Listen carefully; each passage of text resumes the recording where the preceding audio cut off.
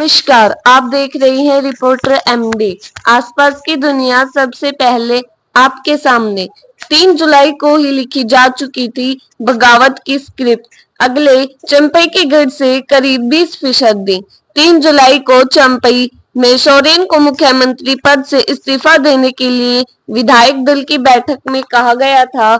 उसी दिन तय हो गया था कि झारखंड की सियासत में आने वाले विधानसभा चुनाव में पहले बड़ी बगावत देखने को मिल सकती है। झारखंड के पूर्व मुख्यमंत्री चंपई सोरेन की सियासी बगावत कहने को तो 24 घंटे पहले ही खुलकर सामने आई है, लेकिन हकीकत में इसकी पूरी पटकथा आज से तकरीबन 45 दिन पहले 3 जुलाई को ही लिखी जा चुकी थी।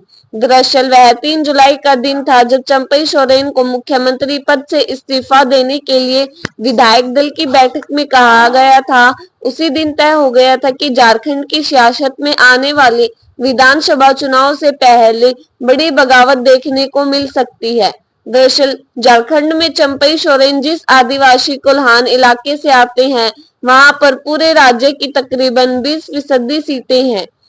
सियासी गलियारों में कहा जा रहा है कि अगर चंपई सोरेन भाजपा के साथ नहीं जाते हैं तो आने वाले चुनाव में नई पार्टी बनकर सियासी मैदान में उतर सकते हैं। झारखंड में सियासी तूफान।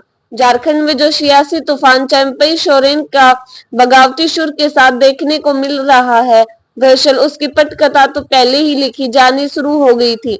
जून के आखिरी सप्ताह में जब यह तय हुआ कि हेमंत सोरेन जेल से बाहर आ रहे हैं, तो ऐसा माना जा रहा था कि सत्ता का हस्तांतरण बहुत आसानी से हो जाएगा, क्योंकि इसके लिए जो वैधानिक प्रक्रिया है उसे अपनाने के लिए विधायक दल की बैठक बुलाने का प्रस्ताव रखा गया।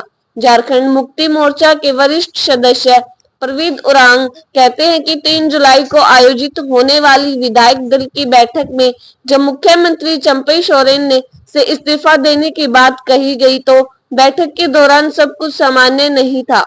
पूर्व मुख्यमंत्री चंपई सोरेन ने भी इस बात का जिक्र किया है कि उनके लिए मुख्यमंत्री पद से हटाए जाने की घोषणा 3 जुलाई को ही विधायक दल की बैठक में की गई।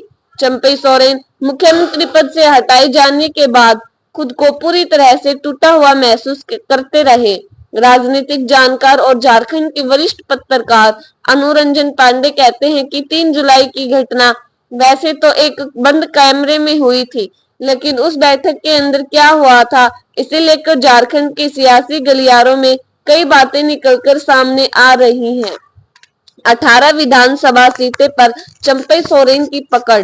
वह कहते हैं कि दिल्ली के गलियारों में भले यह सियासी एपिसोड नया लग रहा हो, लेकिन झारखंड में ये बात पहले से ही कही जाने लगी थी कि देर सवेर यहाँ की सियासत में चंपई सोरेन कुछ बड़ा कर सकते हैं। उनका कहना है कि दरअसल पार्टी के सबसे पुराने नेताओं में शुमार किए जाने वाले चंपई सोरेन आदिवासियों के बड़े नेता तो हैं, बल्कि जिस कोल्हान इलाके से वह जीत कर आते हैं वहां पर और आसपास के इलाकों में आने वाले तकरीबन 18 विधानसभा सीटों पर चंपई सोरेन का अपना मजबूत प्रभुत्व रहता है। 81 सीटों वाली झारखंड विधानसभा में तकरीबन 20% सीटें कोल्हान इलाके से आती हैं। ऐसे में अगर यहाँ के बड़े नेता और सूबे के पूर्व मुख्यमंत्री चंपई सोरेन जिस दल के साथ भी जाएंगे, उसका सियासी तौर पर फायदा माना जा रहा है।